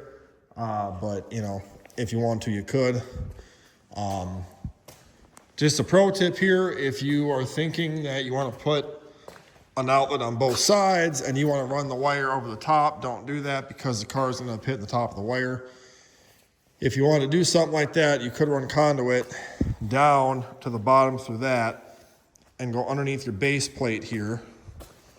It would take a little bit of finessing, but you could get it through there and up the side here if you chose to. I'm not, because again, I've got another long 100-foot extension cord there to use. So for me, I don't need to, but maybe you do. If that's the case, it's not that hard to do it. And if your lift has the run over the top, then you can just tap into that over the top of it and go down, and it's not really too hard to do. I'm going to show you guys my panel quick though. Give you an idea what your panel's going to look like inside, maybe even taking this apart yet. But being the shop is not done yet, it's really easy to work in here on stuff. So this comes off, a couple screws, pulls off. So this here is for my heater. Which, by the way, they use way too thin a wire for baseboard electric heat, but whatever. This goes my air compressor here. I got 10 gauge wire there, and this is what I should have used, is 10-2, not 10-3. But whatever. Like I said, I didn't really pay that close of attention, so I kind of effed up on that, but end of the day, it ain't no big deal, whatever. But yeah, so this is a 30 amp breaker for my air compressor. And the next one, I'll put the thing for the lift right here instead, and we'll be good to go there. So just make sure you don't touch any of these live wires. All this is hot, and you'll shock yourself and probably die. So just be careful. And if you don't know what you're doing in here, don't do it. Don't touch nothing. Just hire an electrician to be done. I got 200 amp service out here to my shop. and 200 to the house. I have 2 meters.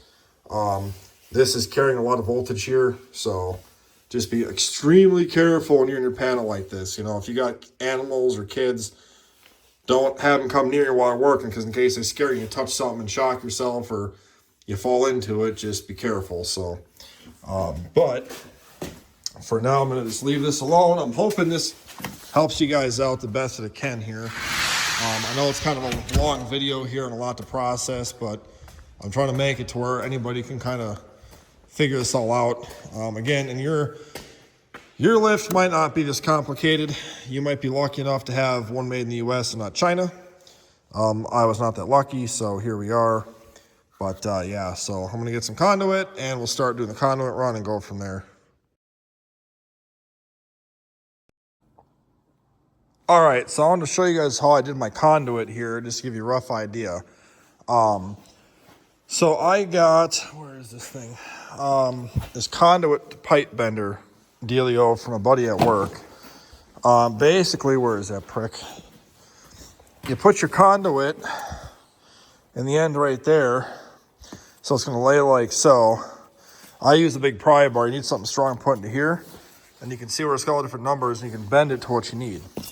So I bended me up a 90-degreer. This is my bend job. It ain't the greatest, but you know, for a first-time bender, not bad. So she does a 90 to a 90 like this. So the way it's going to go is it shoots up this guy to there and over a little bit. So the wire, when it comes out of this nice clean 90. It's not sharp or nothing like that. And then I'm just going to staple all the way down to this and then all the way over to there. I got these little guys here. These things here called this thing here. I got a big pack of them because they were like, this whole thing I think was like $10 or not that expensive. And you just tighten that screw and it holds a conduit in there. It's like a little union. I'm gonna use these to hold down the piping or the conduit. That's what this thing is here. I'll tore part of that off, but basically all these do is there's a 3/4 inch and it uses one screw and you're good there. So yeah, I'm gonna put this guy up there, and then my plan here is to put the wiring through this first, so I'm not having to stand on a ladder up there and try and feed the wiring through. So I'm gonna go ahead and put that up, then I'll bring you guys back and get the wiring put down here, and I'll get this job done. Alrighty, so I'm gonna show you what I kind of did here. There's really no way to film this, so use this sketchy ladder with this ratchet strap because all that holds this up is this little aluminum piece. This one broke off. Basically, once I was able to get this wire through the 290s and this long piece of conduit here, I had to take both them 90s off and then fish each individual piece over this. Now this is 3/4 inch conduit, barely fits this wire in there. This is some thick wire. So what it is, I laid it down, fished on the first 90 through it, then the second one, then this piece, and then connected them. And I measured out, you know, this much extra wire here, because I'm gonna cut this here so I can splice that with this into here. I got this done, but basically what I'm getting at here is once this was all in there, it was super, super heavy. So I took the ladder up here and I put one of those hold downs right there to hold this for me.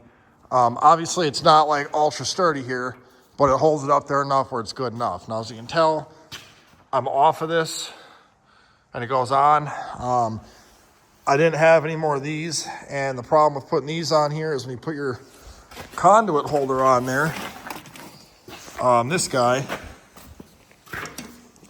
it won't go on all the way because you're off of this. And I want my conduit to be on here flush. And so when you put it on there, you have a gap.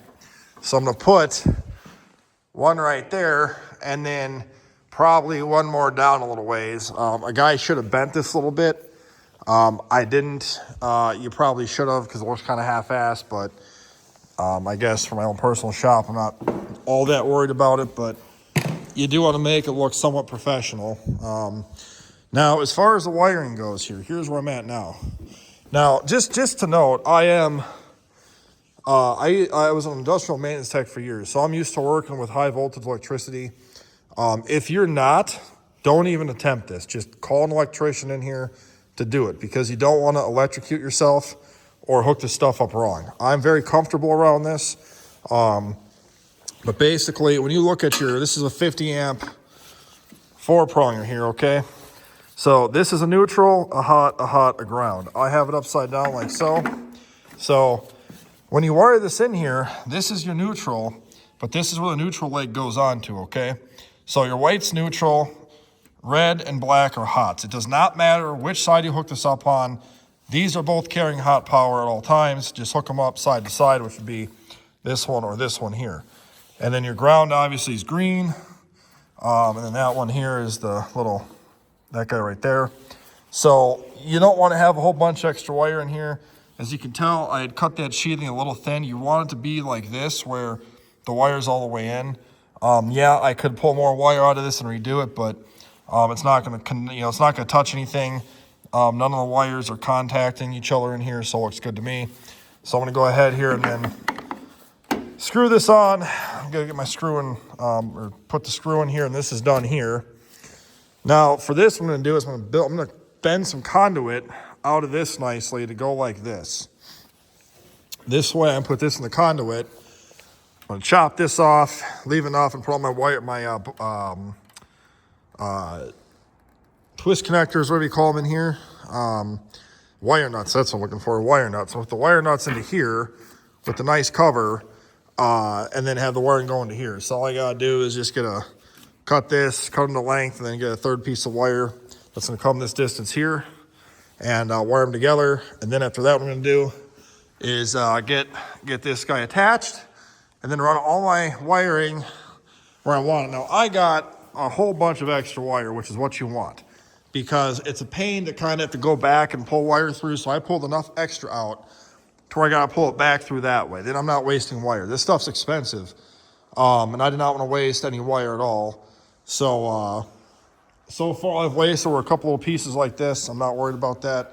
But if you're cutting off 8-9 inch pieces of wire, you're literally throwing money in the garbage here. So, again, the reason I'm not really showing the electrical portion too much is I don't want somebody who doesn't know electrical to attempt this and hurt themselves. So seriously, like if you don't know what you're doing, just spend the money and call somebody that does them. This way you don't risk wrecking your new machinery or anything else. But I'm going to keep it on with this, and I'll bring you guys back when I start getting more done. Okay, so I wanted to show you guys where I'm at with this wiring now, to give you guys, to show you what I'm doing basically. So this is the wiring here coming out of the junction, or coming out of the breaker box. So you've got, hot, neutral, and a ground.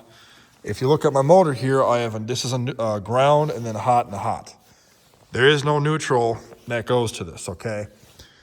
The neutral I have going to this, so I have a 50 amp breaker here. So if yours only has a ground and then 2 hots, you don't have to buy the 4-wire Romex here, okay? Now, the way I'm going to wire this in, I actually found this orange stuff, which is 2 coated wires and a ground. So this is going to be perfect for what I need here. I cut a piece off extra long, a little bit longer than I need, but what I can do now is, even though this is white, you're not going to hook up all the whites together. This neutral and this neutral will connect. This is going to tie in with the reds, and all the blacks will tie it together. And the reason why is this is going to become a hot wire for 110 volts to here. So this is why I say, if you don't know what you're doing, don't touch it. But, all the blacks will be the hot, and then the reds are hot, and then I'm using this other white wire here as my other hot to go down to my motor. So I'm only hooking up this white and this white together. Now, what I'm going to do is, so in case for some reason I forget this in the future or something, I'm going to label this. I have red electrical tape.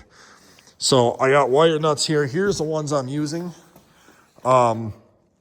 This is 10 gauge wire. These nuts are real wide inside. I'm going to use red electrical tape here for the red wires. I have black for the black and the white for the white. So when I do this one here at the reds, I'm gonna cover this in red tape. This way, the next guy or me, whoever ever goes back in here, knows that's power, not a neutral, and doesn't mess this up. I'm gonna sheath off all the sheathing here, cut the sheathing off. I may have to trim some of this wiring. I made it a little bit longer so I have extra, because you can't add more. Once you cut it too short, you got to replace the whole wire. So I decided to say forget that, and a little bit extra. And now I can connect these together nicely and put them all nice in here, all taped up and wire nutted. And then I'm going to make this piece. So I want to kind of show you guys the wiring in here now. If you're not doing this and you're simply just going to wire in your motor to this will not be, and you'll have just this, and then you wouldn't have the ground, the neutral. It would just be, black to black, red to red, or, well, actually technically wouldn't even have the red. You just have black to black, white to white, and then ground to ground and be done here. So, but I'm going a little bit extra here. If you're wondering why I'm not putting a 110 next to this, it's simply because I have an extension cord right there. It goes out 100 feet.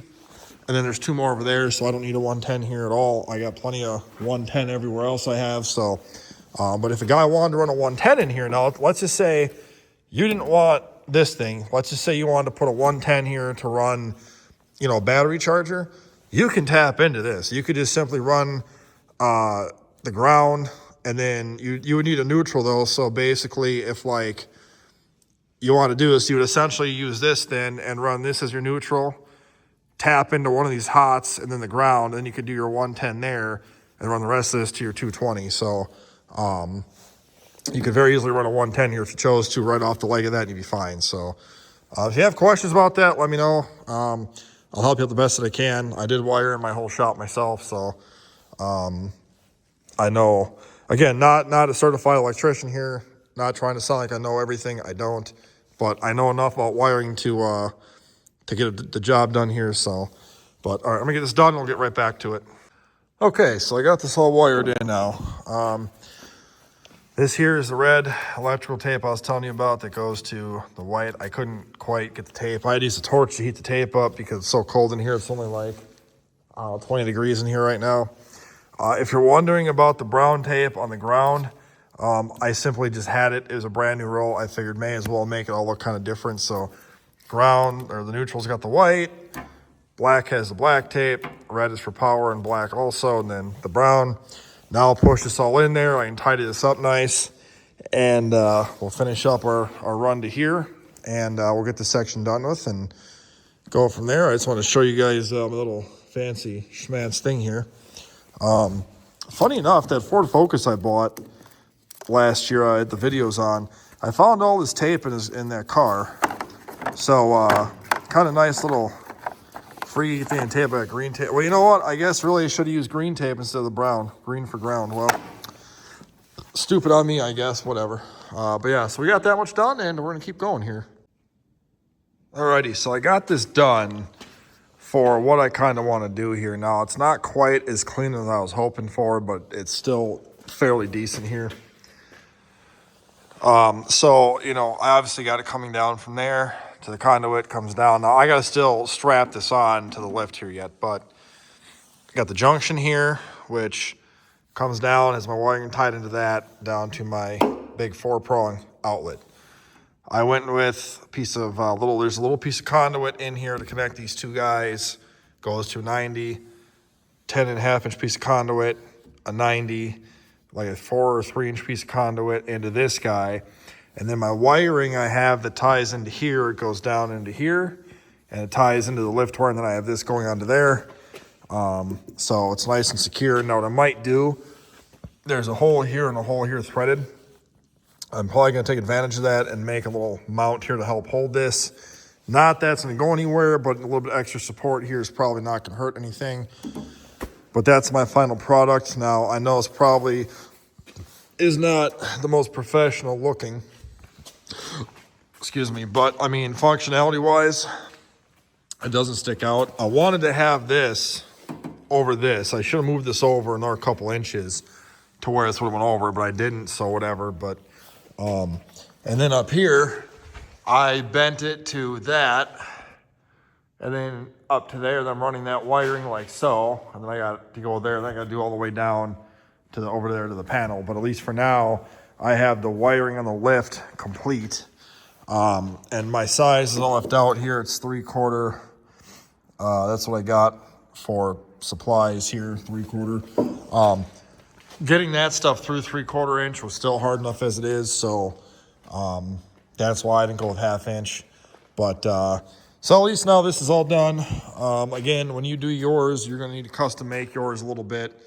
If you're wondering why I didn't get that like braided hose stuff to put here, that plastic hose stuff, I didn't want something that's be dangling here in case something catches it.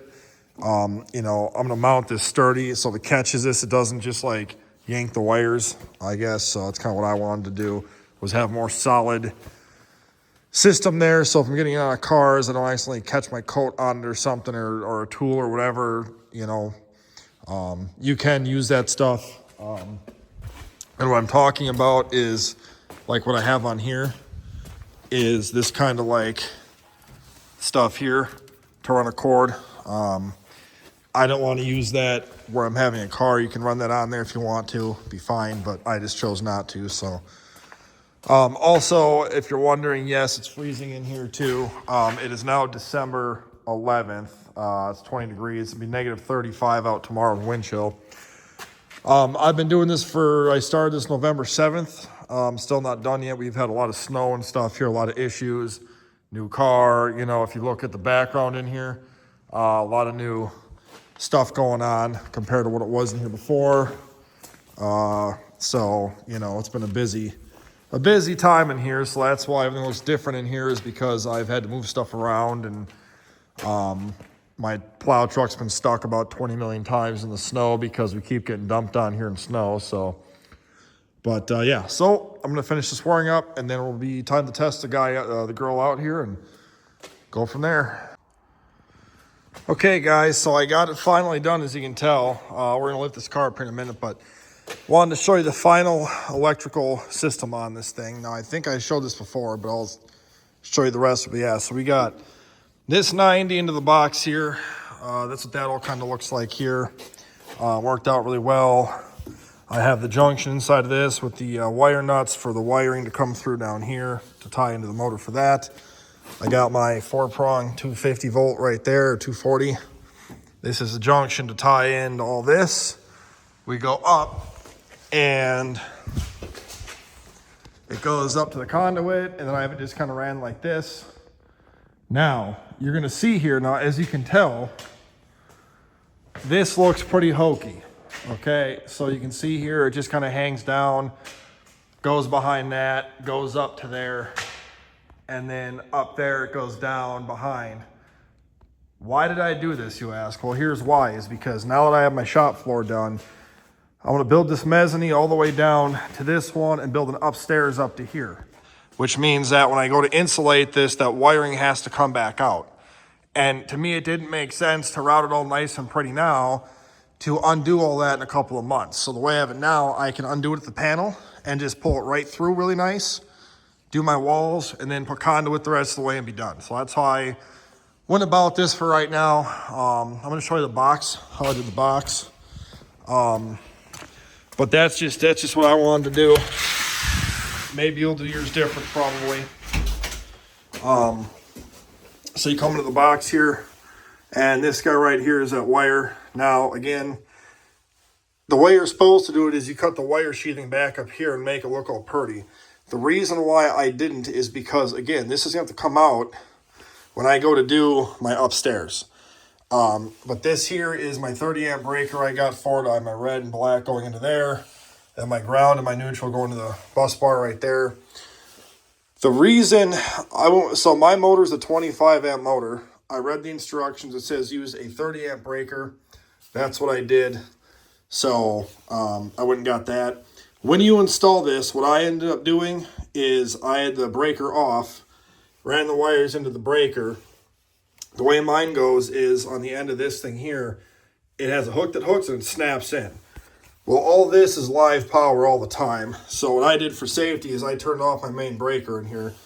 I turned all the lights and stuff off, turned that guy off, slammed it in there, turned it on, turned on that breaker, and it all works good. So that's just how I chose to do it. You shouldn't have to turn this off to put these in. I just was extra safe. I just honestly don't need any more problems in my life right now, so I figured I would just, it takes 2 more seconds to turn the main power off, and then put it in there and turn it back on. I know I'm good. Just don't want to accidentally, touch that at all or anything like that, because that'll fry you pretty bad. So, but yeah, so that's all powered in now. So now we're going to go out there and lift up the car for the first time, and hopefully it all works. Real fast, too, I wanted to express, too, make sure you label what you're doing here. So, like, this is our new one here. So I put 2-post lift, my air compressor, and the office heat. I'm running all my 220s on one side and all the 110s on the other side. So that's why. But make sure you put your panel back on, you label it properly, and make sure you knock out the correct knockouts, too, on your thing here. I used to have my welder up here, and then I have it now attached to my air compressor, so that's why it's open.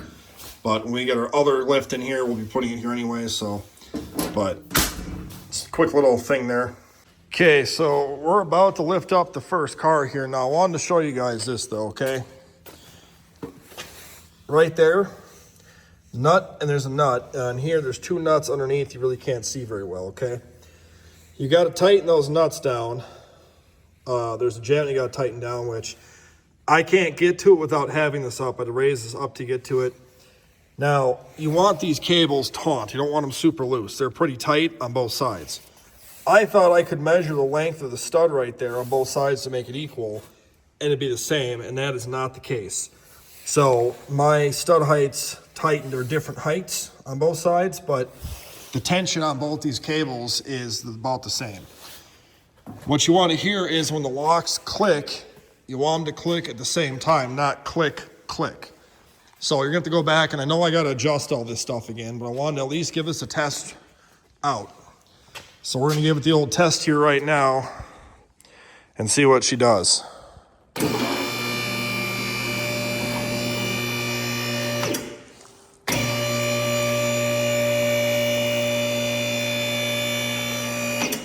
So far, everything looks and sounds like it's good.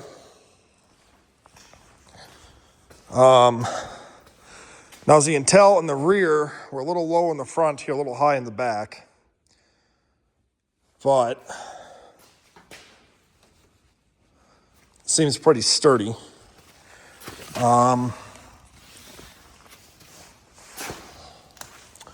Overall, though, it's not bad. Like I say, it's not quite level on here, though, so I'll probably... Well, it seems pretty sturdy, though. We're on this, nice. Well, I guess we'll keep going here and see what she does.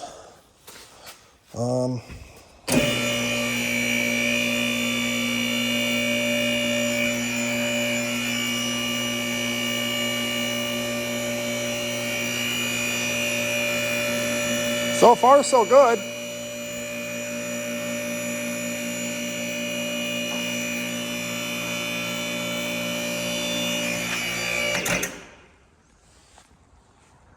All right, well, so far, must have done something right because it's holding up. That rear one's not there greatly, but it ain't horrible either. So I got to get this side in more. Oh, no, it's on there just fine. We're good there. All right, well, so far, it looks pretty dang good on here. Lift is holding up good.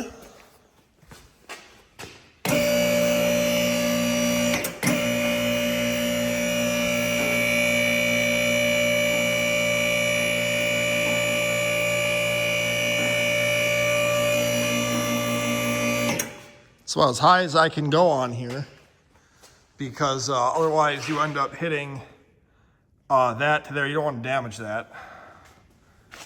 But look at this, boys. We're up on here, man. Now I believe it should go down on the locks. Okay, so we're on the locks now. So I feel good about that now. So now we're on the locks. And yeah, not quite on there as much as I'd like it to be. I'll need to get better at doing that, but at least now we can we can work underneath the lift though, boys. Look at this, man. This is pretty sweet. Everything looks like it's holding up so far so good, which is awesome. Yeah, so at least we got that now. So the lift points, I don't have them all the way on here. They're still on here good enough, but we'll lower it down and redo this. We got plenty of work to get done today, but I wanted to at least show the lift in action. And nothing looks like it's moving at all. Looks nice and straight and square. Nothing's pulling out, which is fantastic. So our installation's a success. Hopefully you guys, if you tackle this yourselves, you'll be able to do this without any issue. Now, again, I want to express that literally it is December 23rd, 2025. I started doing this, November 7th was the first day I had lowered or started putting the lift up. Had a lot going on, had a lot of stuff to do. Just didn't have the time to get out here every single day. But I think if you're by yourself, if you were to take, literally, if you got out here on a Friday after work at 4 or 5 o'clock and you just committed to it and then you work until maybe 8 or 9 at night and come back out Saturday and Sunday for an 8-hour day, you could have it done in a weekend. If you had a couple of guys, it'd be a lot faster. You know, the place I called wanted $1,000 to install this, which, okay, not bad. You know, do the whole lift is not bad at all. I just chose to do it myself, and it worked. So that'll be it for this video. Hopefully this helps you guys out. Hopefully you liked watching this. I'll be putting a lot of stuff down below in the links down below, or links down below in the description for a lot of the supplies I've used and different things. If you have any questions, drop me a line down below. Or you can email me at tylermiller351@gmail.com. And I'll get back to you as soon as I can. I'll just be honest with you. I usually check my emails and I check my messages about once a week because I have a full-time job on top of this and all that. But I'm just hoping that this helps you guys out. And like and subscribe if it does. And any questions, let me know. And we'll talk to you guys later. Thanks for watching. Okay, so I just thought about that. I never showed it going down and how to unlock it. So it's on the locks right now. Got to go up off the lock. And then you got to pull that. And you got to pull the one over here as well. And now the locks are pulled. And then now you should be able just to go straight down. Like so. Now, if you noticed, when I went to go back up, this side went up faster than the other side did, which means I got to do a little more cable adjustment on the other side. So I will do that, but it shouldn't take much more adjustment. Also on mine, I have these locks onto here to lock in these arms so they can't swing out. You may or may not have those, so just something else to consider. Also, I went on the pinch welds on this too. You can go on the frame. I just wanted to get this up in the air and make a video on it to show that, you know, it's finally done and all that good stuff here.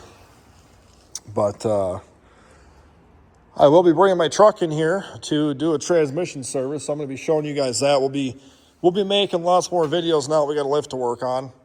So I'll be bringing the Titan back in here to do a tranny service on it and a bunch of other stuff. This guy right there, the Rogue, needs a timing chain kit, so we'll be doing that as well. That's going to be a fun video to do because it's a lot of work. But I'm just ecstatic that the lift is functional now and it works, and we're getting her all done. But yeah, so all I do is hold this down, and then this thing goes down, and you just have to make sure it goes all the way down so you can swing this out. Can step on and help it out a little bit too. Now we're all down, and now I can swing out. I have the locks unlocked because I didn't feel the need to use them. So this one's locked in. So to unlock it, you lift this up and go like that to unlock it. So at least we got this done. And then I will bring in the truck here next, and we're gonna start working on stuff out here. It's actually nice out. It's supposed to be 50 degrees out on Christmas, 55 out or something like that here, so. But yeah, so that's the lift. I already did the outro, but hey, thanks for watching, and you've now seen it up, down.